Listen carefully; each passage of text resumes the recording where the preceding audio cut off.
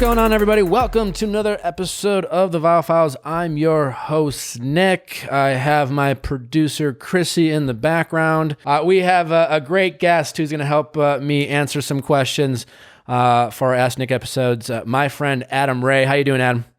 Yeah, I'm awesome, man. I'm ready to help learn about love and help some struggling civilians figure out how to better themselves in this pandemic party that we're going through right now. It's a rough time for relationships, but they're still trucking along, and I think you and I together can save the world, help find the answers. Save the world, yeah.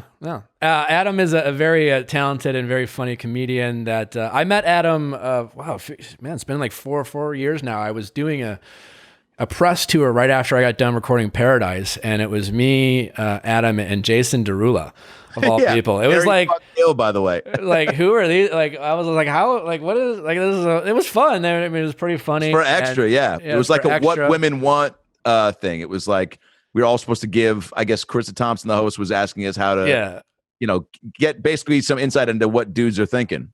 So Adam is now part of the cast family, and I was on his podcast that by the time this comes out, I think my podcast will be already out. So make sure to check that out about last night. And Adam's doing a bunch of things. He's a really funny guy, and like myself, he's single, and he's dated, and he's out there, and he's made a lot of mistakes, and through mistakes we learn a lot about ourselves, and he's got friends who've made some mistakes, and et cetera, et cetera. So I thought Adam would be a fun person to help us answer some questions and share some insight and his sense of humor as well. Before we get started, Adam, how is your love life? Great. Actually, I'm not single. You're not? No. Fuck me. Yeah, but I will not. I will not. I'm in a relationship. But this is why I think I am a good addition to this episode, because I've got some. Look, I've been in a relationship. It's been a few years now. Yeah, it started off. No, keep it in. Keep it in. No. Were you? You don't. Do you? I mean, I follow you on social. Like, is that you don't put it out? No, or is she on? No, there? I posted probably, I don't know, once every 3 weeks, maybe a month. Okay, it was actually mildly proud of her in your relationship. But. No, I mean, look, that is actually a part of relationships. I think gets a little carried away. It's brushed under the rug, and also gets a little carried away. But it's, I have friends that are married that never post their wives. I have friends that are engaged that never post. These are comedians I'm speaking of. And it's just something that there's a little bit of an age gap for us, and about 12 years. And it's something that I'm like, all right, well, all the people that I want you to know in my life, and they know you. So to blast you out to the world that's just never something that I've thought about, because I didn't, she's a much more a part of that social media era. So it's taken some time for me to get aware of, so that I'm like, okay, cool. Like, it goes a long way. It's like, doesn't mean I'm not thinking about or don't want people to know about you, but I get that I need to do it to let you know that that's right. Because you're like, well, girls don't know. And I'm like, well, I'm not getting those messages that you think I'm getting. And if they are from fans, it's like, I mean, I got this one that popped up, and she saw it on Instagram, and it was like, I freaking love you. Like, hey, hottie, when are you, blah, blah, blah. I showed the picture. It was like a woman in her late 50s with like face tattoos. And I was like, babe, this is like what's coming through. Like, this is my demo. Don't sweat it. But so again, it's just a dude move of being like, all the people that should know you, and that's important to me, right? You're right. Sure, and there's a balance too. Yeah. But then you have to. I get her thing of like, well, then why wouldn't you do it? And it's like, for sure. And it's like, well, because I just do. It's just promo. Like, social media is just I dumb totally get it. promo And also, stuff people can go the opposite direction too much. It's just like, yeah, excited, you look and loving your Instagram, but you hate each other in real life. But I think we found a good balance. But I've had my single days and long distance relationships and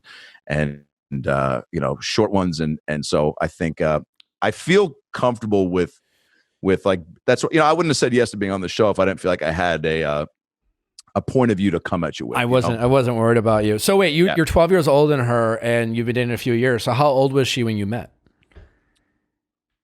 22. Okay. Did you did you have, were there like Reservations? struggles no, not reservations, but more importantly, like At the Olive Garden. I've talked about, I date younger women sometimes too. I get self-conscious about it. I get self-conscious. Christy, if you could turn your mic on for your laughs, that would really help. Nick's just kind of blowing through that joke. All right, go ahead. Yeah, no, I am. But at the same time, too, it's just like, did you guys experience a difference in kind of perspectives on where you were at in your lives, and how did you handle that? Like when she was 22, you started dating. Like there's still, like we even talk about in the show, like was she still at a point where she was kind of like figuring herself out as a person, and how did you balance it out being in a relationship? Totally. She's another one of these, I think, kind of like, just where she's mature for her age, but you can't discount the fact that life experience is not on her side. So there is a lot of, whether it's growing up, it's absorbing life experience so that you can kind of start to develop like a point of view, which stand-up is very comparable to life, which is why I think it's such a great school for life, because once you the more that you develop your point of view on stage, or even for podcasting, you with this show, and it's like the more that you better yourself as a person, because you start to decipher for yourself like what you like, what makes you mad, what you need to work on about yourself, and kind of hold a mirror up. And I don't have really a problem. It's almost like sometimes with someone who's like watching sports for the first time, and you have to kind of tell them what some of the rules are of the game. There's things that she hadn't seen, like the separating of a best friend, or being away from her folks for this amount of time. Like things like that are, easy things to kind of just share your own experience with. And it never was like a big deal or a deterrent for me to be like, oh, well, yeah, you haven't seen that before. So here's why you're feeling that about this with your friend. Like you guys, like friends change, blah, blah, blah, this and that. So that never like irked me to have to dive into that with her, and still doesn't. But, sweetest person on planet Earth, so supportive of what I'm doing. All the emotional, physical stuff is there. And also like, I think I don't get upset having to, I don't have to like, push her in a direction to find. She's super passionate about what she's doing, and she's very like, get out of my way, I'm doing my shit, and we can do our things, but like to be together. And I couldn't be with someone who didn't have drive, right? Because it's just like, that's what I kind of like rest all my shit on, and sometimes to a fault, to where it's like too that way, and you need to kind of balance it out and take a step back and be more present with her. But I don't mind having to, like, when she's got questions about life things, like, hey, what should I do with this? Like a lot of it she figured out on her own because she's capable, but it hasn't yet bothered me to be like, well, here's what you fucking do. Like, just make this choice, do that. Yeah. Like, here's what I would do, So also, like, you can do that at any point in your life too. So. Totally. Awesome, man. Well, thanks for sharing. We'll see. We'll see. We could break up tonight. Well, I'm glad you're bringing a lot of personal experience to these questions, and we have a fun time talking to some callers, and we have some fantastic stories. I think you're really, really going to enjoy this episode. Can't wait. So we'll dive into it. Don't forget to send your questions at asknick@castmedia.com, cast with a K. Be sure to, again, check out Adam and all the things that he's doing. And let's get to it. I think I mentioned this to you guys before, but I am allergic to aluminum in the deodorant. I don't know if you guys have that struggle, but I found out through my allergy of deodorant, there's a lot of traditional deodorants that have a lot of chemicals and toxins in them that are terrible for you. And then you put it on your skin, your largest organ in your body. It sucks it up. Not great for you. So it's always been important for me to get an incredibly healthy and safe and effective deodorant. And I got to say, I'm really loving my Each and Every. It's incredible. Aluminum free, most important. And I also smell fresh. It's I can't appreciate it enough. Nobody likes having a deodorant that gets like all over your clothes. It's nice. It's clear. It's smooth. It's not sticky. and it doesn't stain. I'm sensitive to smells and I have sensitive skin as well. So it's great that they use essential oils. I have the lavender and lemon one. I don't know what fragrance you got. I also got the fragrance free because of all my sensitivity. I got the. I'm using the cedar and vanilla. It's great. But they have 6 simple ingredients. It's very again simple but effective. I'm a sweater. I work out a lot and I don't stink. I know there's some all natural deodorants that they're like, oh, we're all natural. And then you use them and then you like smell bad. So like doesn't really help when it comes to that. But Each and Every, I've been using it for weeks now. It's been great. I love it. If you have ever struggled with deodorant and having an adverse reaction to it, I highly recommend Each and Every. Visit eachandevery.com/VIALL and use promo code VIALL for 30% off your purchase. That's not eligible to combine with other discount codes or subscriptions. That's promo code VIALL at eachandevery.com/VIALL. One thing about me, I guess I've really noticed that I always try to reduce the sugar intake I have, and I get a lot of sugar into my body by drinking a lot of juices. I never drink enough water. I know you guys know that about me. Quite honestly, I like the taste and the flavor, and I feel better about it because instead of drinking like juices that are high in sugar, I'm drinking liquid IV that doesn't have sugar in it. And then it has the added benefit of highly hydrating my body. It's got a bunch of vitamins in it. It's got high in vitamin C, more than an orange, as much potassium as a banana. So like the fact that it does all this for my body is great, but honestly, I just like the taste. And it's, I have it with my meals. I have it before I work out. I have it after I work out. I'm loving the lemon lime. It just reminds me as of being a kid. It's delicious. So I highly recommend Liquid IV. Again, even if you're just a person who knows they should drink more water, but likes to have a little taste and flavor with what they drink, Liquid IV is a perfect drink for that. I mean, I don't know what else to say other than like you should do that and highly hydrate your body. It's like drinking up to 2 to 3 bottles of water just by adding some Liquid IV. It's super easy to use. It comes in these packs. You just open it up, pour it in, shake it up, stir it, and bam, you're ready to go.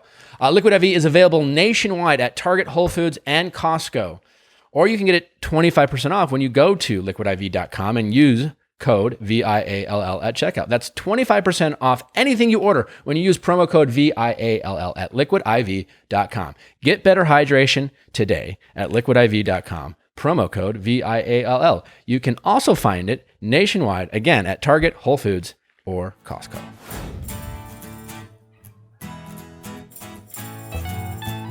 Question time with Nick. Let's ask Nick your sexy question. How's it going? Hi, guys. My name's Dana. I'm 33. Hi, Dana, 33. How can we help? So I have a weird situation. I met my boyfriend officially shortly before quarantine. We'd actually matched on Tinder 4 years ago and exchanged Snapchats and had talked back and forth, like dated other people, whatever. Just there was always, there was like, we were both working out and sending gym snaps or whatever. So I knew we had kids and we finally met up and had drinks and hit it off. And it was like 0 to 100 in a week. So we're 2.5, 3 months in now of actually hanging out. He sleeps here almost every night. But one of his kids is with his ex-wife who lives 4 hours away.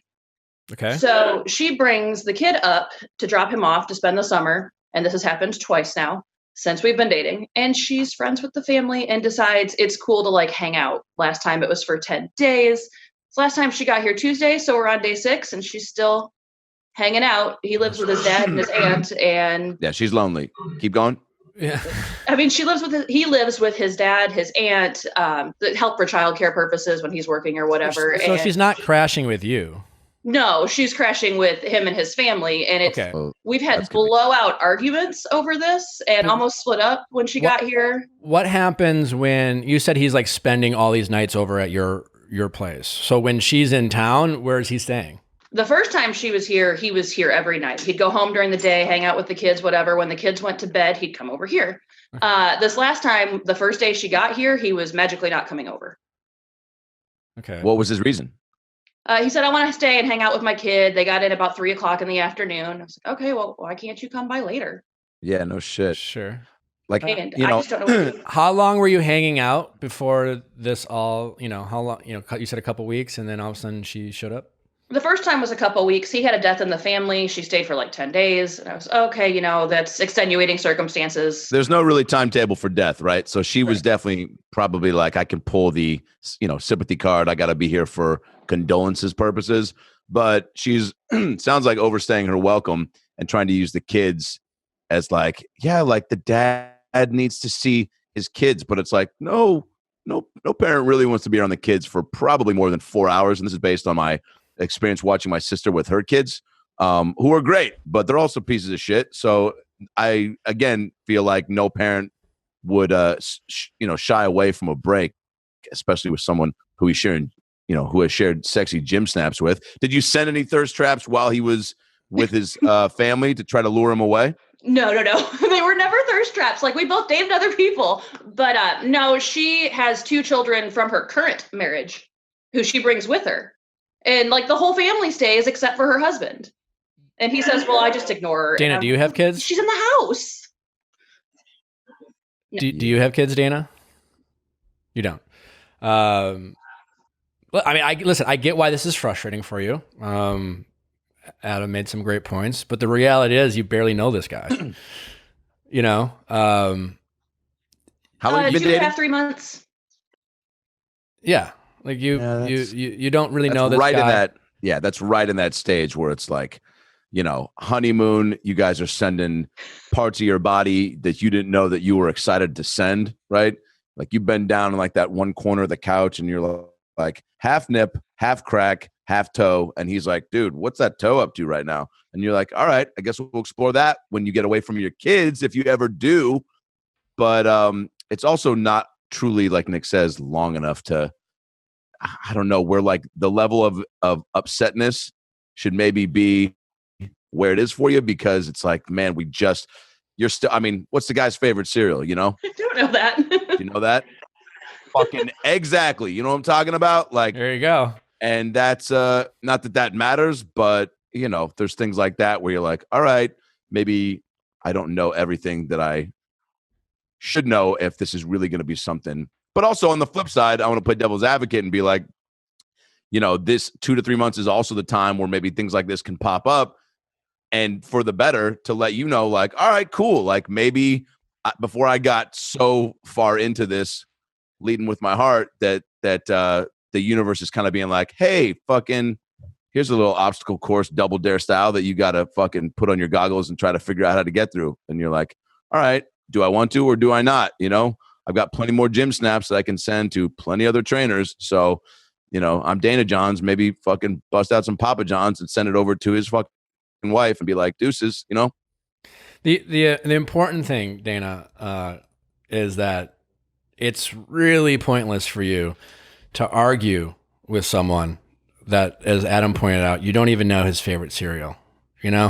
I get why, right? You feel invested. Oh, I feel like I've known you for 30 years, but you don't, right? And when you don't know someone that much, and then things move so fast, and then now, like, it's one thing for things to move fast on a honeymoon phase. It's like, oh, I have all this sex and it's great, and you speak in all these hyperbolic kind of things about like how you felt for him and you've been looking for him, and then reality sets in, like real life, like kids and things like that, and ex-wives, and they come in. You're just wasting a lot of energy fighting with him, trying to you fight with people on these types of things when you're like really invested, when you're in an actual relationship, when you know them and you're trying to get them to understand your point of view. Like, you're still, what you are right now is learning about him, right? Right now, he is showing you what his life looks like. This is the reality, and you trying to argue with him and change his mind is like, what you are is this like stranger to this new situation being like, do this my way, right? Like, you can sit there and set boundaries. You can say, hey, listen, man, I'm learning about you. I don't know if I want this in my life.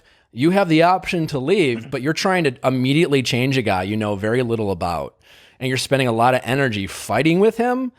I mean, quite honestly, it sucks, but like, she has way more precedent than you do in this situation, right? Like, yeah, he might like his kids. All jokes aside, he wants to spend time with his kids. And who knows what, maybe she's trying to use the kid as a way to get back. I don't know. Maybe she's just like, listen, there's a familiarity there. His ex-in-laws are still the grandparents of his kids. You know, I have a brother who's divorced, and they still have a very good relationship with his ex-wife because, well, you know, she brings the kids over to my parents' house and they babysit, et cetera, et cetera. And that's very uncomfortable. I get it. And it's really cramping your honeymoon style of like, oh, we have all this amazing sex and we're just like hanging out. And it's so hot and it's great. What voice is that? Who's that guy, Nick? Yeah. I don't like that guy, man. Hey, yeah, fucking's awesome. Yeah. Yeah. All right. Well, I think what Nick's also getting at is that this guy is busting out a draw 4 card during a game of Go Fish. You know what I'm saying? And you got to be like, all right, this guy doesn't know how to play fucking cards, but it's early. So can I let it go or should I get super bummed out about it? I do think Baby Mama Drama is fucking not only a great, you know, 90s Hootie and the Blowfish cover band name, but it's also a very real element of relationships. My sis goes through it still to this day with my brother-in-law. And it's like some baby mamas got an agenda where they're like, my goal is to, you know, almost like a team that's playing with nothing to lose. And all they want to do is bust up a team's playoff chances. Like baby mamas are just like, let me just find a way to fuck this up because I can't have it. And I'm, you know, my situation sucks. So there could be a little bit of that. And, you know, getting some clarity from him would help on your part where it's like, yo, tell me that all I need really, which I found from my own relationships, is like, just communicate. Go out of your way to tell me that it's not a big deal and that this girl is, you know, that the kids, it's, you know, that relationship is what I care about, but I also care about us. You know, just get that clarity from him and kind of just make him, you know, put his show his cards, I guess, and let you know that it's not a big deal. And he's actually said, "Do you want to come meet her?" And I'm like, "I haven't even met the kids. I don't need to meet the mom." Yeah, no, that's weird. But here's the thing too. I agree with Adam is that you need to, again, instead of reality is you need to take a step back and try to better understand this situation, what's going on, like what the dynamic is, and to say, hey, listen, I'm new to this situation. I'm getting a little defensive. I just really like you, but he is showing you what a life with him is going to look like, right? And yes, to a certain degree, you can say what you want, your expectations, but it's so new that you really, like, you should point out your expectations. You can say what you want, but you can't necessarily expect him to immediately change. You know, it's so early in a relationship that you have to be willing to put out what you want and then see if that fits with what he wants. You know what I'm saying? That's the reason why you're not married. There's a reason why, like, you have an easy out, right? Because you're still figuring out who this person is.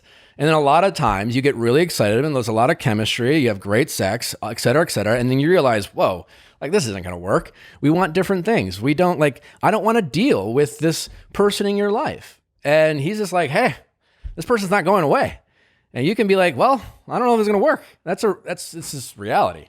But you're wasting a lot of energy, like all of a sudden 3 months in and being like, well, I don't like this and I don't like that. And why do you have to do this? And why do you have to do that? And, you're setting yourself up for failure. So the best thing you can do, like Adam said, is try to take a step back, communicate with him, just learn a little bit more about the situation and just see, you know, can you find a situation in this world where, like, you're chill about it, you're cool with it, and see if he's willing to go a little bit out of his way to make you feel comfortable. Makes sense. That's the most you can do. I'm just sitting here, like, when I sent my email, it was like heat of the argument the night he didn't come over, and I was livid. Oh man, the best time to reach out is when you're emotionally unstable. No, it is though, because you're locked in. You were dialed into what's going on. Where are the kids cool? I've not met the kids? He's offered it up, and I feel like I've dated men with girls, and I know what to do. Like, oh, hair, makeup, whatever. He's got an 11 and a 7-year-old boy. I don't know what to do with that. So I've kind of, until quarantine's over and we can go do something fun, I'm kind of waiting. And that's the thing, though, too, is like sometimes your anger just is coming from a place of you're really excited about this guy, and maybe deep down you're realizing this isn't going to work out. And you're upset about it. And that might be the reality. You know, I don't know. But I guess what I'm saying is you don't waste a lot of energy trying to drastically change this guy's lifestyle, because that's just not, you're wasting your time. Yeah. If you're already having big fights about this, like, right, it's the only thing we fight about. That's a big thing. Do you ever want kids? I wanted to like foster or adopt when I was stable enough. Like I'm in a PhD program. Like I don't have time to be having children. Oh man, you probably don't have time to try to be also cool stepmom, you know? Yeah. I mean, maybe you do, but like put your shit first. Like these kids got, you know, they've already got, sounds like a pretty controlling mom. You don't need to fucking try to be that too. And just in defense to, you know, I'd say Paul's, you know, I'd take a step back and let him make the next move as far as like letting you know what's good. But you know, you seem pretty rad, and I wouldn't sweat this dude. Yeah, I mean, don't get mad that like you fell for a guy who, like you said, you're like, well, this is the only thing we thought about. That's a big thing. You can't dismiss that, right? He's not single. He's not. He doesn't not have kids, you know, and that's a big deal. You know, that's not going to change. And in a different time, in a different life, it might have worked out with this guy, and it still might, but it sounds like you're kind of like wishing he was single and didn't have the ex-wife and could invest all his energy and time into you and the relationship. And that's understandable from your point of view, but it's not realistic. Right. And unfortunately in our 30s, that's just life. Most people have kids. So. Yeah. Always. A lot of people don't too. I mean, I think maybe just mix up your site, your swipe sites. But I don't know. This, you know, if you guys connected pretty early and you found a click 2 months in, that to me speaks volumes about you, meaning that like you're pretty down and open and willing to jump into something if it looks dope. So, you know, I don't know if that's consistent with how you always are, if you're willing to kind of like lead with the heart and not the brain. No, I have not had a serious relationship since 2011 until this guy. Yeah. So you're invested. Yeah. Well, that's cool. Well, guess what? You have to, there's probably a really cool saying here. Like you can't find out how much your tolerance is until you drink a Zima and a Four Loko. All right. So the point is you don't know how much you're willing to invest in a relationship after this. You didn't know until you did this one. You know what I'm saying? So you took a step forward by jumping in with this guy. And now you're kind of finding out they're like, all right, man, well, you know, there's some other variables, but at least now I know that I'm in the, you know, I got into the club. Now I just got to find the VIP room where fucking Big Dick Eric is, you know? Yeah, that makes sense. Does that make sense? I feel like you did yourself some good by jumping in with this guy, and now you're opening yourself up for something better. Basically what Adam is trying to say, and doing a great job, by the way. It's Thanks. like, listen, you've opened yourself up. It's been a long time since you liked someone, and you're just like, you got fucking excited, and you were jacked up and like thrilled, and then you quickly learn that it wasn't as perfect as you hoped and thought it might be. And you're sad and bummed, and now you're running the risk of forcing a situation and putting like, you know, the square peg in a round hole type of thing. And again, I'm not saying you should break off, but what Adam is saying, be open to the possibility this isn't your guy, and don't let this disappointment stop you from going back out there, but be excited the fact it's like, all right, now I'm warmed up, you know? You know, a little preseason game. Now I'm ready for now. You know, listen, I'm not against a guy having kids, but now I need to be aware of the fact that if I meet a guy with kids, I can't really assess the relationship until I better understand that, you know, dynamic. What's the situation with the ex? You know, how, you know, et cetera, et cetera. That makes sense. You ran before you walked, and a lot of people do when they get excited about someone they like. That's what I was trying to say. Thanks, Nick. This is your show. That was the analogy I was looking for. Yeah. All right. Dan, I really appreciate it. I think it's going to be fine. Keep us updated. Probably not your guy, but you never know. But just don't be afraid to take a step back, ask some good questions. All I'm saying is, the big thing is, when you get mad and you want to fight with this guy, that is such a waste of your time and energy. It's just, you're not going to accomplish anything. That makes sense. You know. Well, thanks, guys. All right. Best of luck. All right. Good luck, take care. Anna. Bye. Thank you. Adam, I know you talked a lot about the little bit I do know you. You're close with your sister. You have a niece and a nephew, or a few, or just one. Thanks for doing research. Yeah, I've got two twin nieces and a nephew, and then a couple. I guess would you call them step nieces? It's my brother-in-law, so he's got 3 kids from 2 different moms, and then my sister and brother-in-law had one together because her kids, my twin nieces, are from a different dad. So they were like, let's have one together. so that we aren't just bringing in. And so you've dealt with some of this, or is this at least outside of this? I have peer mediated for my sis and bro-in-law for the last, 6-7 years, and just been in the middle of all the baby mama drama. And it's, dude, some of these gals just, I mean, my brother-in-law would go over to the house to, tuck in one of the kids or bring some stuff over, and then maybe end up hanging for 20-30 minutes with the kid, or who knows, discussing child support shit with the mom. I mean, this, again, these gals were cuckoo for Cocoa Puffs, and he just needed to do a better job of relaying to my sis, like, things are fine. But these girls, like, one of them would send over, I think, old pics or something of like her and my bro-in-law to be like, because, it's now 30-40 minutes go by and he's not home, and she's like, this is why, motherfucker. It's like, there's some deviant shit out there that some of these guys are capable of. So it's like, I don't know. That's why I immediately was getting palpitations of thinking about her trying to jump into that and be on the receiving end of, like, it just sounds like murky waters you don't want to be swimming in. But 2 to 3 months, that's such a tricky time, because you're like, I don't care. I'm like, I'm not in love. But then, like, he doesn't text you for an hour and you're like, what is it about me? It's like, she's so in this middle ground. It's like in tennis, they call it no man's land, where, like, you're in the middle of the court and you're, like, not really prepared for a hard shot.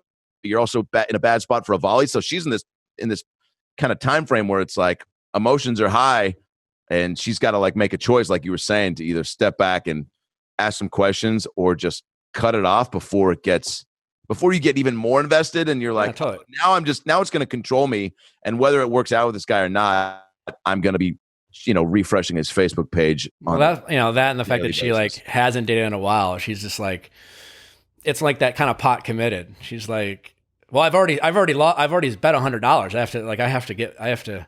Yeah. You can't walk away now. Yeah. For the table. Yeah, for sure. So fun stuff. I think we helped her. I think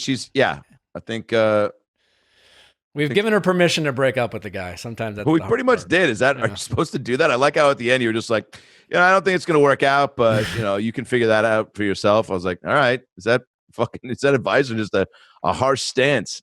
Yeah. Sometimes I just kind of throw that in there. You have to. You got to be blunt, because sometimes people aren't willing to tell themselves that. So if they hear it from somebody, especially someone they look up to and want to bone, then that helps for sure. How's it going? Hi, I'm Brittany. I'm 26. I've been married for 7 years to my husband. I got married when I was 19. I was like, I'm pretty good at math, but I wasn't sure. Yeah. I was 19. We knew each other for 6. So we met and then got married was like a 6-month time period. Okay. So we met when I was 18. We were part. Yeah, I was 18 when we met, and 19 when we got how old married. Was he? How old was Oh, he was 22, okay. I think. So what car did he drive? A 98 Toyota Camry. Yeah. That's how he locked you down. Dear Dyer. Oh yeah, it's the best. So anyways, we've been married for 7 years. We were part of the Mormon church. I don't know if you've heard of that. Yeah. So we were part of the Mormon church, and we left about 10 months ago. We left that behind us. So we Irish goodbye the Mormon church. Yeah, we were just like, we're done. We can't anymore. All right. Cool. Yeah. We're done. Yeah. So we also have 3 kids. Okay. So we've got 3 kids, and we left this church. And we got to talking. The kids came with you, right? The kids came with us. Yeah, we kept them. They didn't stay at the church? Okay, cool. No. They came with us. So we got to talking and realized that we just never really dated anybody other than the 2 of us. Neither of us had been in relationships before. I gotta ask real quick, who brought that up? Me, actually. For sure. Okay, yeah. Keep going. Yeah, I brought it up like 2 years ago, actually. I've been talking about this for 2 years. Whoa. And then was it subtle, or one night did you just like roll over in bed and be like, have you ever thought about fucking anyone else? No, it was, I mean, I'm a pretty blunt person. I'm pretty open. So it was pretty blunt. I was just like, look, I want to go have sex with someone else. Like, it's fine. And he was really like turned off by it at first, but back in January, yeah, I wonder why. Back in January, we decided just to go for it because both of us had never had these experiences of dating or drinking or anything. And we just wanted to like sexually explore like our relationship further. And we're both very good communicators. We talk about everything. It's really easy for us to communicate, and we're very open and we love each other and we have a lot of trust in our relationship. So we decided to just go for it. And who brought that up in January? Yeah, that was me. Okay. So I'm curious. I mean, we're with the transition of, hey babe, I have this desire. He was first turned off. And then fast forward to you guys leave the church, and all of a sudden, like, did he give you reason to think that, or were you like, listen, I hope you're okay with it, but I really need to do this? Yeah, it was more so that. It was more so of like, it was more so like, okay, look, here it is. Here's the thing. Like, it came to a point to where it was like, I need to do this, and I don't want to divorce you and split up our family. So it's going to be a situation of like, I want us to do this together, and I want us to grow. And the more I talked about the experiences that I wanted and needed, the more he also realized, hey, I didn't get that either, and I want that too. Okay. And I have a lot of trust in you, and I have a lot of trust in our relationship, and I know that we can do it. And at the end of this, we can come together and be a stronger couple and be able to look back on this time with no regrets and know that we had those experiences, but we still love each other and we're together and we're happy. Basically, don't make me feel bad, sweetheart, about wanting to do this. So will you go do it too? You know, but also basically totally, but also, I mean, beneficial for him as well, right? If you're doing this, like, if you guys both get these new experiences and, you know, learn what you like and don't like, then you can bring that back to the couch and hopefully find some common ground. Where are we? Totally. Where are we now?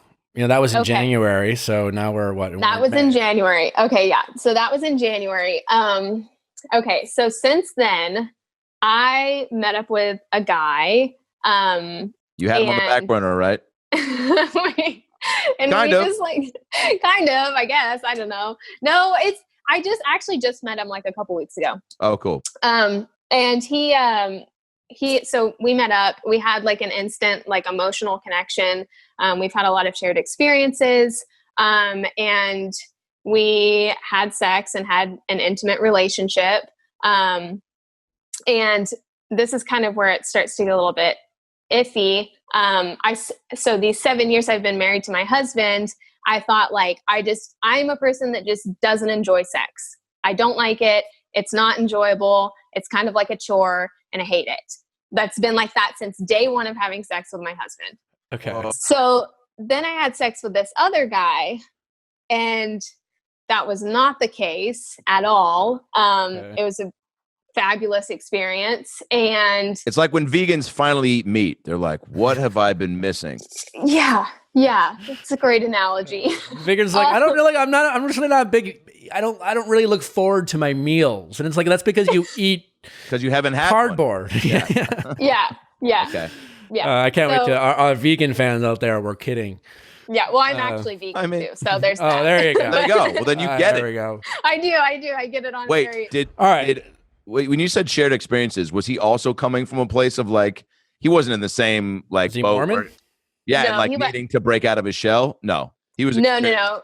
He was, he's experienced. No, he was not Mormon. But we just had a very similar childhood. Gotcha. So there was just like an instant connection. Sure. And honestly, I've only known him for a couple of weeks, but you know, I feel like emotionally I've connected with him in ways that my husband and I never have been able to, because we don't have a lot of common ground on anything really. My husband is very timid and like reserved. So it's hard to emotionally connect with him on the level that I have with this other guy. And so, so we've emotionally connected, and the sex has been great. The physical intimacy has been really good with this guy. And so just back, you said the sex has been great, implies that you've had sex with him multiple times. Yeah. Okay. So this is sounding less like an open marriage and more like a potential, like, another relationship you are becoming emotionally, as you say, and physically invested in. Yeah. Yeah. And I think that I think when people have open relationships, from people I've talked to and books that I've read, it's more so like, you can have like those one night stands with people and just cross that off your list. But for me, it's more so like I need an emotional connection to. I can't just go have sex with somebody that I'm not emotionally connected to. I could. I don't feel comfortable doing that. To be perfectly honest, you could, and you probably depend on the direction you go. Is sex is. You've had very limited experience. This is true. And regardless of the fact that you left your church, you still have, that's all you know, and how you were raised and what you're taught about sex. You still probably have very conservative point of views, despite this, doing what you're doing, right? Almost like necessity. Depending on how it goes, like, you need this emotional connection because there's still a little guilt, right, with you in terms of going out there and having sex with someone you aren't emotionally connected with. Like, it's probably more that than anything else. But I actually am more curious about, like, where are things with your husband now? Yeah. So does he get pumped when you bring home the new tricks? Like, when you bring home something fun, is he like, where'd you learn that? And you're like, where I learned it. And I'm not going to say his name. Yeah, that has happened actually. Yeah. Well, that's cool. I have learned a few tricks for sure. Okay, great. But where is he emotionally? Yeah. Where are the conversations with?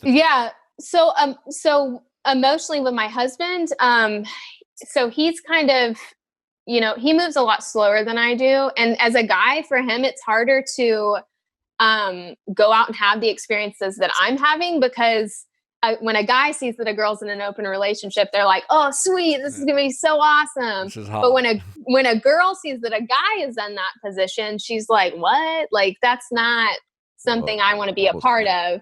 It's harder, but they exist. Yeah. Sure. Yeah. And also with the whole COVID situation, you can't just go out and meet somebody, right? It has to be all through the apps, which is a whole nother barrier. Well, how bad do you care about your marriage? Are you willing to risk your life and your family's, Yeah. And that's kind of the joke. Yeah, that was a joke. That's actually legitimately what my question is that, my relationship with my husband has gotten honestly a lot stronger throughout this process, because we have to make our time more intentional, because my time is now split with other things going on and I have to be more intentional with my time with him. Yep. And our communication has been great throughout this process, because you can't go into this process without open communication and being honest about your feelings and talking about that. And it's really pushed my husband to start working on himself. He just started going to therapy, and we're going to start doing couples therapy. So it's really pushed us in a really great direction as a couple. But I kind of, this is the crossroads that I'm at now, is that I feel that I could live the rest of my life being married to my husband, being very happy, safe, secure, loved. This is a safe space for me. We obviously have 3 kids to think about that is in this relationship as well. And I could do that. But at what point is it my priorities should be shifting to what makes me happy and what makes me feel fulfilled? Because we never went into this open relationship situation thinking it would be a long-term thing that we could sustain. This was supposed to be experiential only, right? The reality is that I don't think you really know the answer to that. Has your husband slept with anyone else yet? No, he hasn't. Okay. He hasn't. But it's not because he hasn't been trying. Like, it's tough for him. I get that. But so a couple of things you really just need to be mindful of is that you are definitely the dominant person in your marriage, and you're calling all the shots. You even described him as kind of passive and timid. Mm-hmm. And I'm sure that he has a lot of great qualities, of which you're very complimentary of him. But I think you need to be careful of especially if you really, if your priority still is your marriage, to not get too much of a head start. You know what I'm saying? You want to make sure that your husband, at some level, your husband needs to do this for himself, not just because he's like, well, if she's fucking people, I guess I have to. Yeah. Right? And I wouldn't be surprised if there's a little bit of that, from your husband. Who knows what he is going to think and feel, experience when this happens for him. You don't really even know the answer to that. Right. For your sake, I hope he enjoys it as much as you have enjoyed it, right? Yeah, totally. The reality is, like, you know, I have friends in open relationships, but their background is very different than yours. Yours is such a unique experience. You guys were 2 kids when you got married, and by your own admission and recognizing that you have a very limited, so everything is new to you. Sex is new. You know, these people are new. It's exciting. You're going to connect with these new guys in ways you've never connected with your husband, because like, most of your husband, you and your husband, like, you don't know how compatible you are, you know? And it's going to be, it's a risk is what you guys are taking. You know, it's a lot different than, you know, say a guy and a girl who meet in their, say, mid to late 30s, you know, with a history of exes and relationships and sexual partners. And when they meet each other, they really connect on a way that they're, and they can look at their relationship and say, I've had this and that, and I know how I feel about you because I know what to compare it to. You don't. You're just like, and so it's going to be a very confusing and challenging time for you and your husband. And I think the reality is that I don't know how this is going to play out for you and your husband. It sounds like you have the best intentions, right? Obviously, you have the family, that's a huge motivator to stay together. And this may be a few year period where you guys are both new experience, and hopefully, you know, with what you guys want, the family dynamic will always bring you back to each other. And I think it's great that you guys are seeking therapy and couples therapy, and I think that's really important to actively work on your relationship while you're working on yourselves as individuals. But the reality is, I would be shocked if you don't have come to a crossroad, like you said, because you're already expressing it. You're internalizing these feelings of like, I'm afraid to admit it, but I think I'm happier with these other people. They bring out things in me that are exciting, and you're going to have to figure out, is it just new and is exciting, or do you connect with them differently? And I don't think you can honestly answer that question at this point, because in fairness to your husband, these guys are just fucking new, and new is always exciting. You know, but like, these new guys, who knows? Like you said, they might just be fucking turned on that they're sleeping with a married woman whose mom who's into having an open relationship, and they're just like super kinked out over that. I don't know. Like, you know, like you don't know these guys. You're just, everything is different and exciting. And like, when he says something, your husband, you would think to yourself, oh, my husband would never think that. That is exciting. You probably feel heard like you've never been heard before, all these things. But trust me, these new guys are going to have their same bullshit and same things that you're not going to like about them. So you just be mindful of that when you start feeling in these new things. And it's going to be a process. I think you guys are definitely opening Pandora's box. It's a risk. And I don't think there's anything wrong with that. And it might be based off a necessity of the fact that, like, you got married at 19, and in this day and age, no offense, that's insane. And so for sure, I agree. And so there's just a lot of unknowns, and I wish you guys the best, and I applaud you again for like this, you know, the fact that you guys are doing therapy actively while going through this is probably the best thing you can do. But it's going to be a challenge. It's just so many unknowns. I don't know. I think therapy is a great call, because that's you actively trying to see what you guys can discover from this. I do, you know, as much as you need to weigh the family and kids being a part of this, like, hey man, you got to look out for you too. And if you went through 7 years of thinking you hated sex, and like you're in your, I don't know what the numbers are with the prime, but Nick, you probably know this stat better. What's a woman's sexual prime? You seem like a guy that has that written above his bathroom wall. He seems like he knows that. Anyway, I feel like it's now. So to go 7 years and to be very turned off and discouraged from that activity, that to me is a big deal, and not something. Nick is right that like new is exciting, right? Like exciting and new, like the Love Boat theme saying that to a T.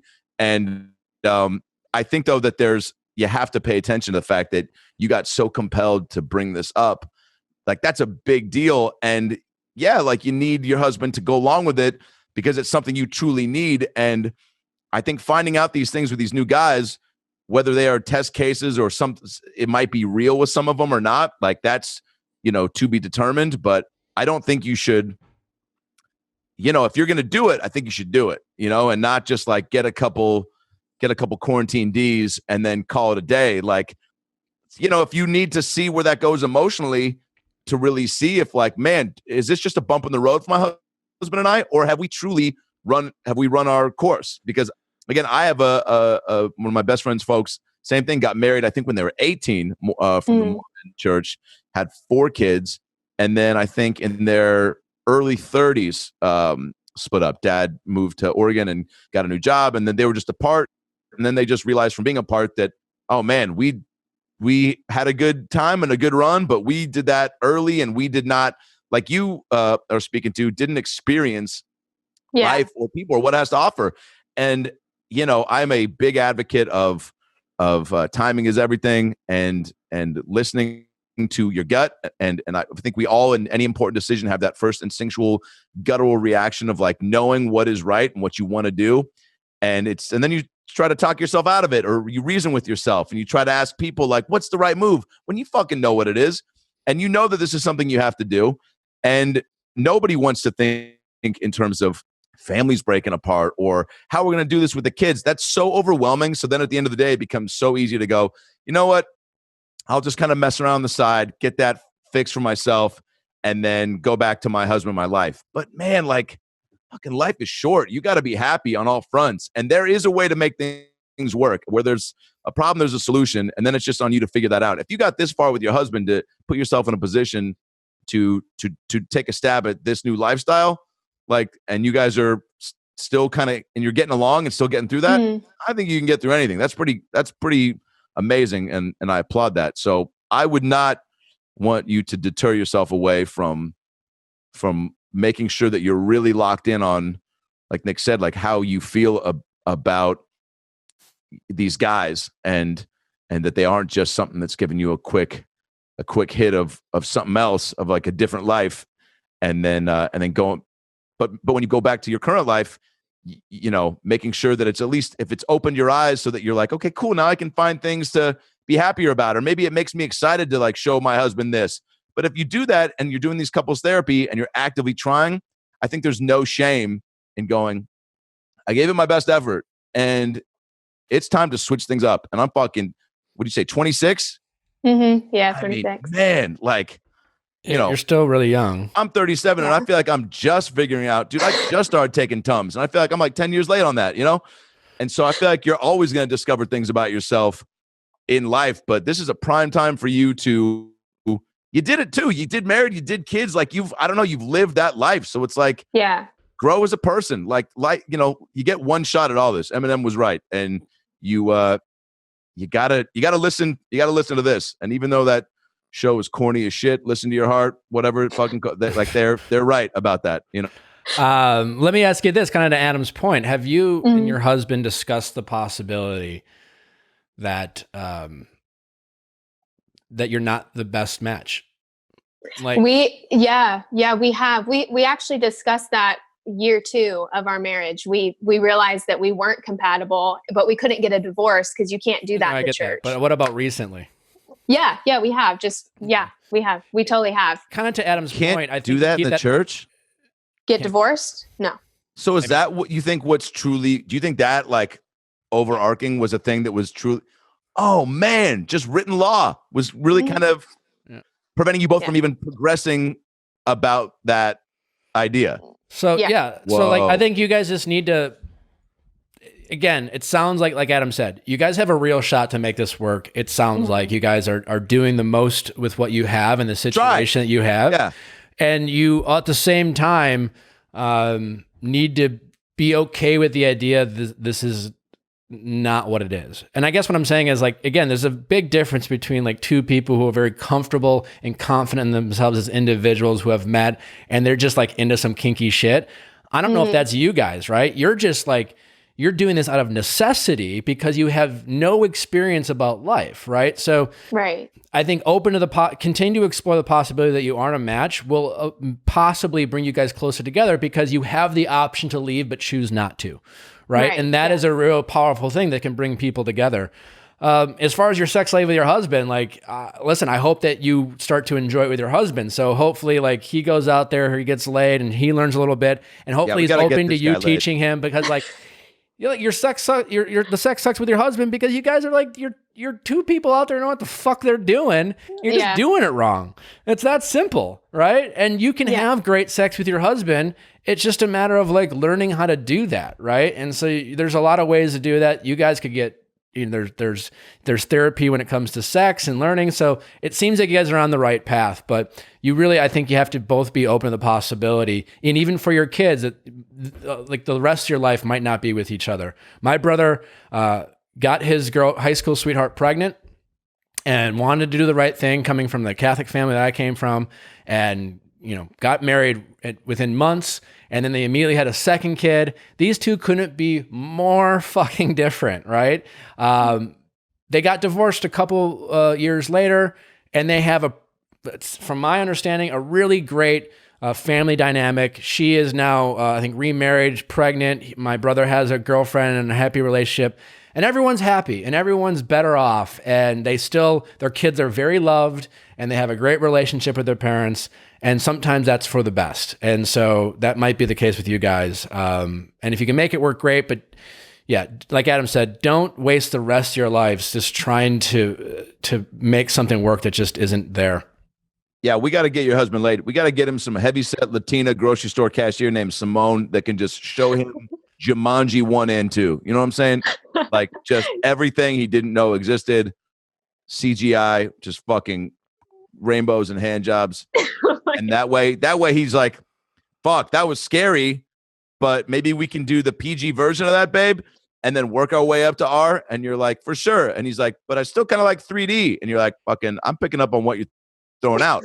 You guys find this middle ground and make things work. Or or it makes him turn into a freak and then you back away. A lot of possibilities. But I think he's got to step into the winner's circle at some point so he can bring some experience back to you. I'm definitely excited for him to explore that for sure. Yeah, I think it'd be great for him. I'm stoked. Weirdly healthy. Yeah. I gotta say, I mean, this has been a fascinating call, and I do applaud you and your husband for trying to take the healthiest approach, which I'm sure is something is both scary and uncertainty, and coming from your past, no criticism on religion, but like you can feel shamed and judged, and it can be a scary world to leave a world that world, and it sounds like you guys are putting yourself in the best possible situation for you both to have a happy life going forward, however that looks. So, keep doing what you're doing. Just continue to be honest with yourselves and each other. And I think you guys will figure it out. Yeah. I appreciate that. I appreciate the perspective for sure.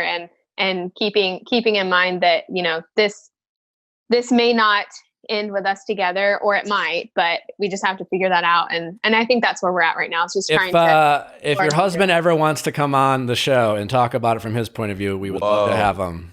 He would definitely do that. If he was here now, I'd go grab him. But he would definitely. Where is he? Is he out fucking somewhere?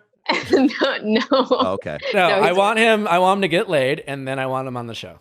Okay. All right. Sounds good. Good. Ready, but look, take care of you, because two people don't work unless you're taking care of yourself first. So you gotta keep. I have no doubt that Brittany is going to take care of herself. I'm actually more worried about her husband. Don't worry. Yeah. I'm very well taken care of. Don't worry about that. TMI. All right. All right, Brittany. Thanks for your time. All right. Thank you. Bye, Bye-bye. guys. Bye. I mean, I don't know. Enough said. That was fucking crazy, dude. Wow. Amazing. Yeah, I'm not worried about Brittany whatsoever. My biggest concern is he is following her lead, and he needs a voice in this, and he needs a wingman, dude. He needs somebody out there in Utah, or where was she calling from? She didn't say it, but maybe Utah. Yeah, it's good for sure. He needs a non-Mormon wingman to be. He needs some guy like Trevor Dawson, like from fucking North Carolina, who's just like, dude, I got laid when I was in the 4th grade, dude. Dude, I chicks, dude. I'll show you, dude. We're going. All right, we'll start the Cheesecake Factory. Okay, dude. Watch how I pick up one of the waitresses. You need some guy that just is not a complete hornball, but somebody that just puts one foot in front of the other and makes things happen. Because this guy, on his own, does not sound like he's getting the job done. And I didn't want to say this, but it's like, man. Do you put up a timetable for him and go, yo, you got 3 weeks to figure it out? Because like, what is she supposed to just wait another 7 years for him to see what his dick looks like? I don't know. I think we'll see. It's kind of. I feel like we both think that there's a good chance they might not end up together, but for sure. Yeah. But yeah, it's going to take some time. I don't think she should put a timetable. Like, you got to fuck someone in 2 months from leaving. Well, no, I was joking. I would say more like a month. But I think that no, for sure. I think you have to. It's a very delicate like process. I think couples therapy will help, and they'll probably find a lot in that. And who knows? There could be some like, amazing come to Jesus moment or Joseph, I guess in their case, where they just are like, oh wow, this is not, you know what I'm saying? Like where things get brought up and discussed to where they're just like, oh, this is not working, or the opposite of that. But I just always think, and my mom would always tell me this when I was trying to help my sister and brother-in-law. She's like, you got to try. You can't just fucking throw in the cards, like you got it. When there's kids at stake, there's a family, and this is a woman, coming from divorce. Like she's like, you got to fucking give it a shot, a true shot, and so that's what I think they're going to try to do. But yeah, I'm definitely, I'm less worried about her and more worried about him. She's going to be fine. Yeah, a little too fine, some would say. Yeah. How's it going? Good. Hi, I'm Elizabeth. I'm 44. Hi, Elizabeth, 44. How can we help? Good to meet you. Okay, so I was working a lot right before this COVID-19 thing, like 6 months straight, 6 months straight, 7 days a week. Okay. Okay. Single, long time, separated from a significant relationship, ready to start dating, quit the job on the weekends, signed on online because I have a child, and going out is tough when you have a child. And, went on a couple of dates, didn't find a love connection right away, but then met somebody that was like, whoa, like thought this was great, really fell very, very hard. Bad tendency of mine, but it is what it is. Thought, we were going to continue to pursue. We started off really kind of fast. If you know what I mean. And then, and then this happened. We both have children, so we didn't know how to handle this, responsibly per se. I mean, nobody did. But I thought we could continue, sort of communicating, FaceTiming, keeping the spark alive while everybody figures out like what's an appropriate behavior, to continue this. Yeah, because how do you socially distance get it in? Like you can't, there's, right? Like you're like, all right, well, we could just like do some tantra shit, but that's not that fun. But it's better than nothing, in my opinion. Totally. Sure. So I'm guessing you have had this kind of expectation and he seems to be less interested? Well, in the beginning, he seemed into it, like, and then, I became sort of, I don't know, really anxious about hearing from him, and I might have scared him a little bit. I mean, I don't know if it was all this, isolation and all the responsibility, but I became like addicted to hearing from him every day, Whoa. And yeah. You have a cool voice? Well, yeah, and he looked great, and it was like fun, it was like an escape, and it was like sexting and all that stuff. And damn. So I thought that we were going to like go the distance with this whole thing going on. And in addition to that, there was some behavior on his part that just made me seem like maybe you're just being a little disingenuous. Like maybe with some red flags. But I was like quasi addicted to this person, and like was like, I don't want to start something new with somebody else during this going on. And then so it fizzled, and needless to say, I was like, all right, I got to check myself. I was a little actually concerned about my mental health, like I really was. I was like, you're really seeking validation from this person who's not giving it to you, and you're really going to great lengths to continue something that was so short-lived to begin with. So, feeling low, feeling sad, feeling isolated, like, oh my God, I get single, I have the schedule now to go date, and a pandemic happens. My luck.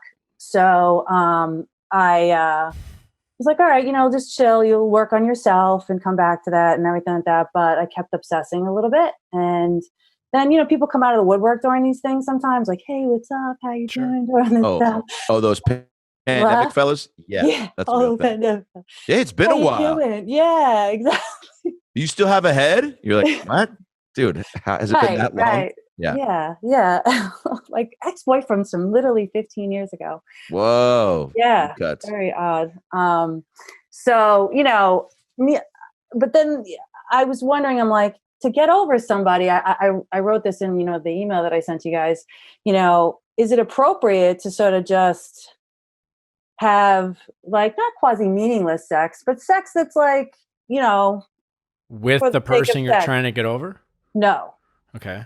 With somebody that's, a friend with benefits, I suppose, a friend who is like offering their shoulder to cry on, per se. I don't think having hookup sex with someone helps you get over anyone. I think if you want to have hookup sex with someone while you're getting over someone, that's also fine, but it's not a tool to get over someone. Getting over someone specifically has to do with this kind of like, and it sounds like you're self-aware enough to like be on your way to just like acknowledge that they're not your person, right? And then catch yourself when you find yourself obsessing over them, whether it's a thought in your head and you're ruminating over someone. So whatever it is you're doing when you're obsessing over them, you have to like have the discipline to like stop doing that. So if it's like looking at their social media, and if you have to block them, you block them, If it's just like letting thoughts go on in your head, you just have to actively be like, Elizabeth, stop, stop doing that. Think about something else. Hooking up with someone else, again, that's just for your own personal benefit, and that's great. But you also run the risk of then like comparing him, like, oh, sex with this person is fine, but sex with that person is great, And sometimes you hook up with someone and it makes you just miss someone else. But it's definitely, I don't think you should ever use it as a tool to get over someone. Getting over someone it's a state of mind. Again, we talked about this last week. It's just a perspective on not allowing yourself to, like you said, obsess. And when you start feeling those feelings, you just have to have the discipline to stop. And it just gets easier over time. It doesn't do you any good to obsess, to be like, oh, I'm obsessing. And then like, I'll have sex with someone else and maybe that'll work. Like it'll never get better. You actually have to say, stop doing that. You have to have an awareness of what are you doing that's causing you to obsess over that, and then stop doing that thing, Yeah. And it's hard to do. But I think friends with benefits is fine if you're in a friends with benefits stage in your life, but it sounds like you were getting some momentum going with this dude, right? Yeah. And so now you're like, I don't know, sort of be like getting emotionally attached, but then being like, well, let me just have some casual F, like that seems like a kind of a contrast of ideas. So I feel like pick a lane, and it'll be easier on your heart.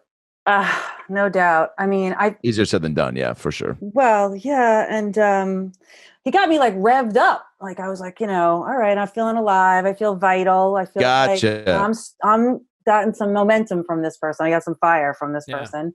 And some energy that is unrequited. Listen, you're trying to quench some thirst, and sometimes, Gatorade doesn't cut it. Yeah. No. Or maybe it does, and listen, alcohol is great, but it doesn't hydrate you, and No. So, that's what I'm saying is like replacing good dick with okay dick isn't necessarily going to help you get over anyone. Somebody famous said that. Who was it? Yeah. Morgan Freeman, Mr. Rogers, somebody famous. Somebody I idolized as a kid.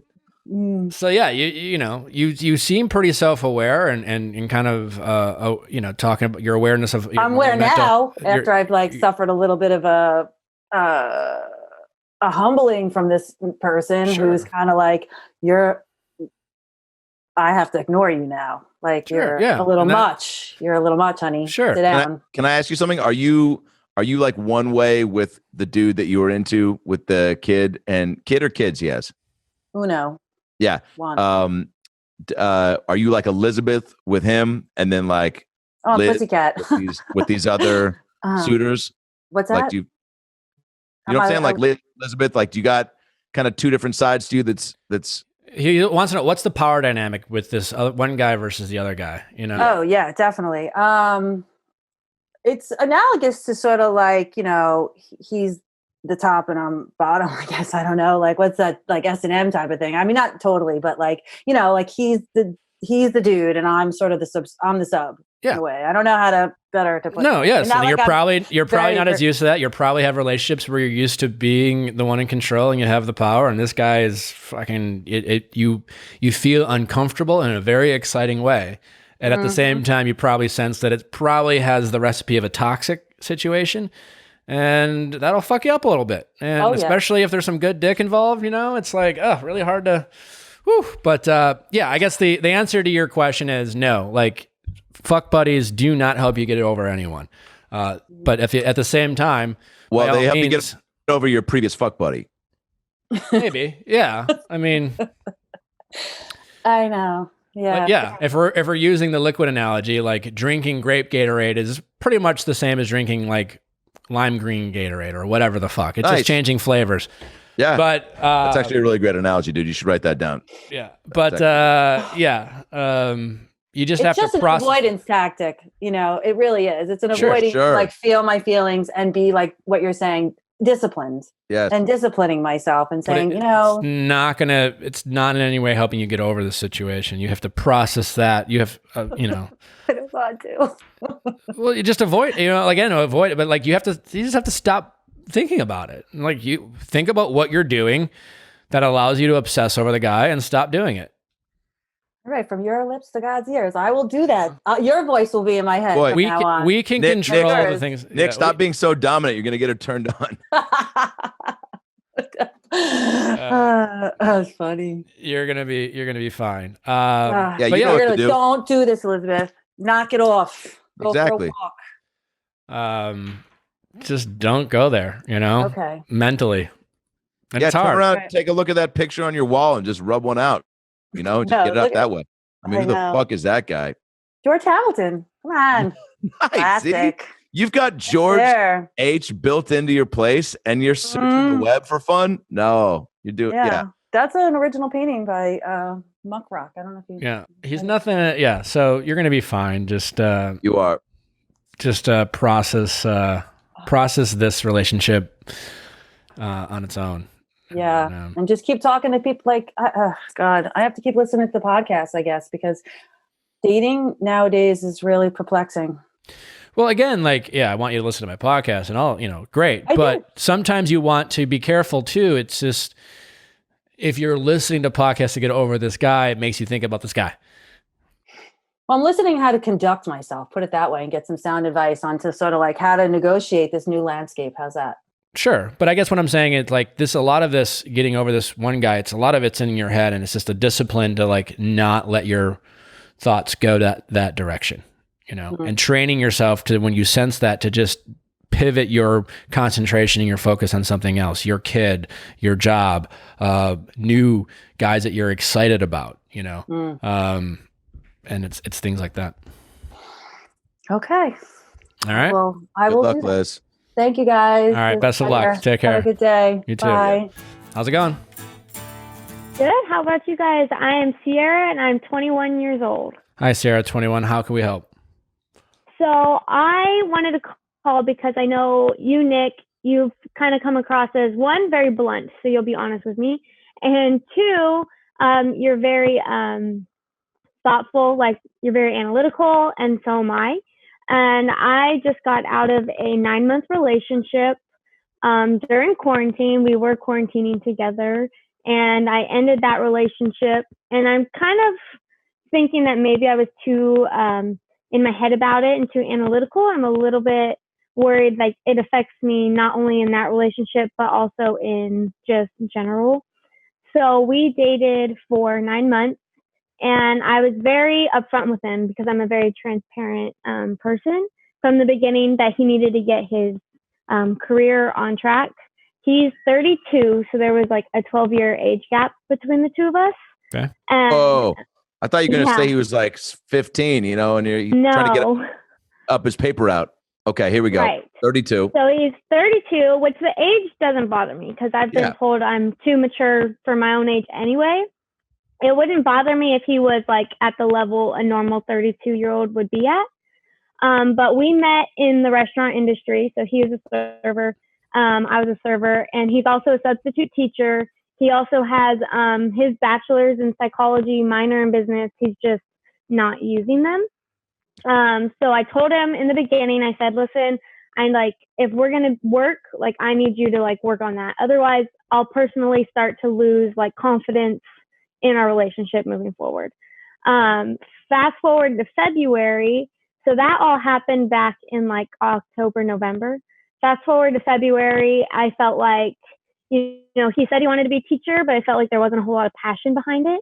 And so I was upfront with him then. I was like, listen, like, it just feels like you're procrastinating. And he'd already basically pushed off like the CSETs and applications.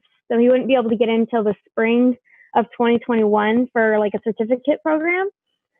And I brought it up with him, and he said that he doesn't want marriage or kids or any of that until he has his career on track. And so for me, him continuing to push it off was him pushing off any sort of future for us also. So I started kind of pulling away from him in February. And then in March, like, the whole world shut down. So when he had his like CSETs scheduled to take, they got canceled. Like, so then he basically moved in with me because my job didn't stop. I'm not in the restaurant industry anymore. I work on a horse ranch. So my job just keeps going. Okay. So he moved in with me. And then like they told me that the extension was going to keep going to May 31st. And I was like, I just can't continue this. Like, if you're not going to be putting in any effort. Because even in quarantine, he wasn't trying to see if he could get the CSET rescheduled. He wasn't seeing if they pushed back applications. He wasn't seeing any of that. What was he doing? So, YouTube all day. And it was just, yeah, it was kind of hard for me to be That's like. what my 5-year-old nephew does. I know. And so I was like, come on, like, you got to give me something here. So Sierra, I guess the question is, what's the problem? I mean, you know, you ended a relationship, that sucks, and I'm sure you're processing it, but like, where are you at now? I guess now it's just like everything else with us, like, fit really well. Like, our physical connection, emotional, mental, like, as far anything else in life, like, we were on the same page. And then this one area like really sucked, and he told me he was going to work on it. And it just feels like, did I like rush it? Like, did I not wait long enough for him to come around? Did I not give him enough time to like explore his options? Was I being too in my head and like talked myself out of this relationship? Like, I mean, here's the thing, Sierra, if you're an analytical person and a heady person like myself, like, you're always going to question your decisions, right? Yeah, so the fact that you are now thinking about, did you make the right decision, is pretty inevitable for someone like yourself. We've had this, you know, on our earlier call, this episode, like, people love to say like, everything else is great, but, well, the but usually is a pretty big deal. Right. Especially like the one but is sometimes just enough. Yeah. Listen, doesn't, you know, the fact that he's 32, so what, right? At the same time, like, you don't want to be you don't want to be the mature one in a relationship where guys, you know, like 12 years old. You have like at 21, you could be mature for your age, but you still have the chance to still be immature and still learn. But if you're constantly just nagging on the guy and coaching him up, like, this is who he is, and you want someone a little bit more self-motivated, and that is always going to continue to be exhausting. And the point is like, it doesn't really matter. Like, if he, like, let's say he did the shit that you wanted him to do, but he was only doing it because you wanted him to do it, right? That's not who he was. So the point is, a relationship with this guy, you know, a future with this guy, like a forever with this guy, is going to include you constantly nagging him, and you're going to get exhausted. He's going to be exhausted with you. And so my guess is all the other stuff, you know, we have fun together, this intimacy, like, I'm not saying that's easy to find, but like, it's not like you are only 21. Like, you can have fun with other men. You can have a good physical connection with other men, and you can find a lot of that with guys who are motivated, because that is important to you. And I don't think you should discount about yourself that you are attracted to men who, you know, are motivated, who like to get shit done, who that makes you feel good, who maybe offers you some guidance and some like motivation on your end. You're going to feel very exhausted being the one who's kind of driving the relationship and driving like the execution of like the things that you guys are doing. And my guess is you would probably really appreciate support from your partner, whoever that is, regardless of their age. Yeah. I guess like where I question like moving forward from here is because I'm so logical and so analytical in my head that I never really react based off of emotion when it comes to like my experiences in life. Like I move forward, but I don't like to move forward unless whatever I'm doing is going to positively impact the future I'm trying to like create for myself. And so it's hard for me to even date guys because it's like, how do I just date to have fun? How does that even make sense for me? It's so hard. Yeah. Well, that's good that you're aware of that, but you can still do it, right? Like you are only 21. You're not on a timeline to like get married. You might think you are, you might tell yourself, and you're being told by all these people in your circle, like, oh, you're mature for your age. And so like, you're like probably thinking, well, I need to get married next year and start a family. Like just chill out. Just chill out. An image created for me, like my whole life, and you like hearing that. It's hard to get out of. It's hard to get out of it. And you like hearing it. You like hearing you're mature for your age. It makes you feel good about yourself, and that's nothing you should be bothered by. Yeah. But you also like, it's different for everyone. Grow up too quick, Yeah, you can get a little sloppy. Sweet age where you don't have to have all the answers. Like even up to 25. I mean, again, like everyone's path is different. Everyone's set of how they view life is different. Clearly 32, you can't teach passion, man. If this guy is like 32 on YouTube, I mean, again, everyone has their own set of, guidelines and how they motivate themselves and how they attack the day. And some people wake up with a full agenda. Some people have a few things and then they kind of like to fly by the seat of their pants. But I mean, if he's got all these, if he's put in the work and he set himself up to then, get some, get some income from a job that he's trying to get. He clearly doesn't have the motivation to do it. It can't fall on you to be the one to help him get there. Like any relationship, and we've talked about this before, both parts have to be bringing something to it. And right now it's, you're doing your part and then you're trying to like pull him in. And that's just going to like wear and tear on you so much, not only for this relationship, but you and for relationships past this. You're going to start to think like, oh man, I'm going to now go after these guys. Like, even if you do end up pulling him out of it for the time being and maybe are the reason that he gets his shit together, like then it's like, you don't want to have to be that person that's now trying to save people and be the reason that, and having them be, codependent on you.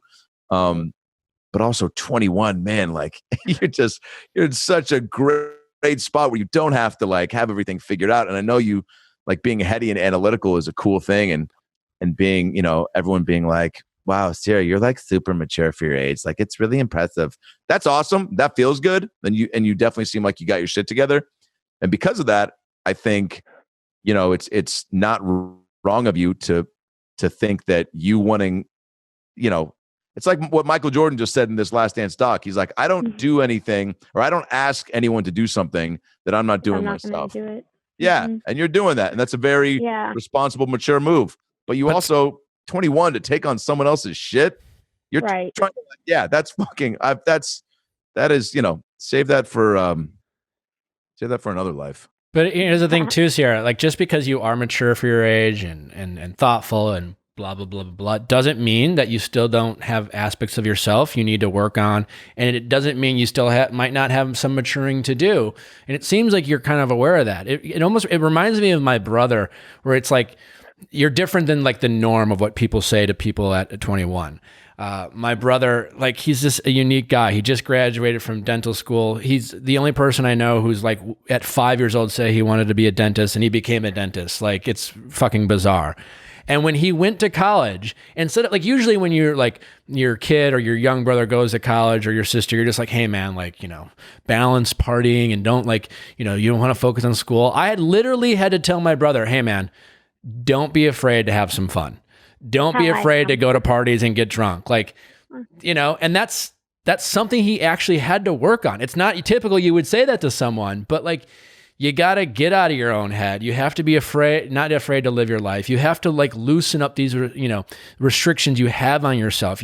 As a result of doing that, you are going to learn about the things that you thought you didn't like, but like, as someone who is a heady analytical person, I'm certain as someone who's like that, you put a lot of self-limiting beliefs on yourself. Yeah. And I think as a young person, you have to try to be open to new ideas, right? You have to, try to give up control. And, my guess is you're probably used to like, you attract men who need your help because you kind of like helping people. You love giving your advice. You love, and I think it would do you a lot of good to like, try to attract people who can share some points of view that you can learn from. And I think at this point in your life, I think that's important to be open to and be comfortable with being single for a while. If you meet someone that you're attracted to, slow your roll. Like, don't rush into it. You don't have to start a family. You don't buy into your own hype. Don't like you being so mature that you need to settle down right now. I think that's important because it's just so contrary to like what you're hearing from a lot of people. And it sounds like you are great in a lot of things, but it doesn't mean that you don't have things you need to work on as well. And sometimes for you, it's just giving up a little bit of power and control. I think that's like totally what I was like getting at in my email was just like, I've been put in this box and like on some levels it's really great because people really like me, but on other levels, I just have such a hard time like reaching out and experiencing life because I've just always been stuck in this bubble. And I'm ready to like go out and, make mistakes and do things wrong. But it just feels like every time I do, all the people around me, it's like, if Sierra messes up, the world is coming crashing down. Yeah, she must be depressed. That's not the way to live your life. You can't. That's a little heavy. Yeah, do things to please other people. Also, who is the me? You're like, people like me, but I feel boxed in. So it's like, do they even know what sort of version they've kind of constructed? And like, they're like, this is what we like about, like, this is the Sierra we like. So stay this way. And you're like, okay, cool. Wait, but what if I want to do that? You're like, that's getting out of the box. You stay in the fucking cage, Sierra. And you're like, well, I kind of want to get out of the cage because there's some cool shit over there. And so you don't even know who you are because you're kind of doing things according to the way people want you to do them, which, look, there's an aspect of that people pleasing that I think we all inherently have. And I don't think it's a bad thing to possess, to want to like do right by people. But at the end of the day, like, it's got to be in line with who you are and what you've, you can't feel like you're shutting down your desires and your aspirations because people are like, this is how we see that you should be. I mean, it's just a very ass backwards way to live life. Making decisions to please other people. Again, we all do it in some, shit. Your friend's like, hey, I'm performing this one act show in Hollywood and it's really great. It's like a 10-person black box theater. And it's like a friend who's like never acted before. They dropped out of like business school and you're like, all right, I'll go support them. I don't want to. I know it's going to suck. This is not even one of my best friends, but I'm going to go support them and pretend to like it. Like we all do shit like that. But this is like on a much larger scale where you're trying to be a version of yourself that it sound like it's just you're fighting with things, the version of you that I think is out there that you're still, again, at 21, like growing into. And you have to at least give yourself the opportunity, again, to go back to Jordan, like he says, I can accept failure, but I can't accept not trying, like shit, you got to be able to try to become who you are. And right now you're not even giving yourself that chance. No, I agree. Yeah. So just take it easy on yourself a little bit and, have a conscious, active thought of like working on yourself and don't believe your own hype about, you can be mature. Like we're always maturing. And at the moment you think you have it all figured out, you become pretty immature and ignorant. So like that's a process you're always going to grow and learn from. And it sounds like as an individual, you have some life experiencing to do. And you can do that in a relationship, but you have to check yourself, especially when you find yourself being attracted to people you want to fix and things like that. And it's always easy to go back to what you're used to and what you're comfortable with. And so I think for someone like yourself who's used to control, you need to challenge yourself to get used to like being uncomfortable a little bit. and things like that. And that's something as valuable as anything. And that will give you a lot of maturity, and it will teach you a lot about yourself, and, help you kind of focus in on what you're looking for in a partner. Mm-hmm. I agree. Thank you, guys. All right. Got it. Well, best of luck. And yeah, I wouldn't sweat your decision. Trust your gut. Okay. And don't worry about that. Especially with heady people, your initial gut is usually the right. And then you spend a lot of time overthinking those decisions, but yeah. Be 21. You're, like, have that running through your mind. Like, be my age right now. It's okay. Yeah. And if you meet another guy who's older, that's fine. But like, he needs to like not be the one who needs to be babysat, and he needs to recognize that you're at the age that you are, and he needs to be okay with the fact that you have some shit that you want to experience, and that's something that he's consciously aware of, the risk of dating someone younger than him. Yeah, and that was something I always told him. I said, I don't want to mom you through life. Yeah. Whoa, yeah, that's exhausting. You might want that. Yeah, fuck that. That's fine to do when you're like in your 60s and 70s, and you're just like, just trapped in a bunker somewhere in Detroit. And that was never going to change with him. Ever. Yeah. And when he like shows back up in 6 months, be like, I did this thing that you bugged me for doing. That doesn't mean anything. And if he tries to be like, hey, I was on YouTube, but I was YouTubing how to better myself. Be like, fuck that, dude. Show me the links. Call his bluff. He wasn't. I know what he was watching. He wasn't. Yeah. What was he watching? Just out of curiosity. What's got his attention?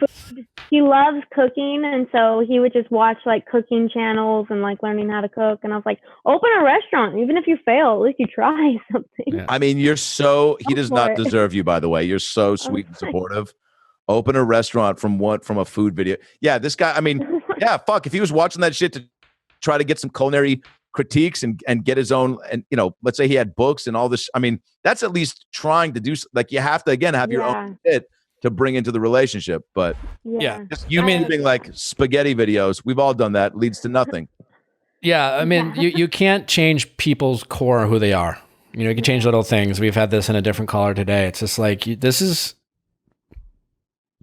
if you want a motivated person, you got to find a motivated person. Yeah. And you can tell pretty early if they are. You can't hope that they're going to change. They're not, And if you want someone who's, this is there to like kind of be your like emotional support dog and just kind of like sit on a couch and actively like, tell you nice things about yourself, then that's what that guy is for. But that's not what you're looking for. It's also not attractive. Like, after a while, you're like, oh, you're just like this YouTube guy that I bone. Like, gross. Yeah. Right. It gets hard. That's why, like, halfway through quarantine, I was like, I can't. They were like, extension. I was like, not for me. Yeah. Whoa, funny. Yeah, funny. I really couldn't. You're gonna be fine. And it's I don't take this as an insult, but you have some growing up to do as well, and that's okay. Yeah. Yeah. So it's exciting. Well, thank you, guys. Yeah, it's exciting. Good. Yeah. All right. Well, take care. Awesome. Thank you, guys. Bye, Thanks Sarah. for calling in. Well, Adam, thanks so much for joining. This has been a ton of fun. I feel like we learned a lot about our callers, a couple things. Again, you can't change people. You just got to figure out pretty quickly who they are at a core, and then work with that, and then the rest is history or whatever. But before we go, Adam, good wrap up, dude. Yeah. Where can people find you, Adam? I know we talked in the beginning of the show, but remind people where they can check you out. Yeah, you can find, first of all, thanks for having me, dude. Long-time listener, first-time caller. This has been great to be a part of. You're way better at giving the advice than I thought. I thought your advice was going to be like your outros, but you're actually very articulate, and you have experience to share with them that always aligns with what they're going through. So congrats on that.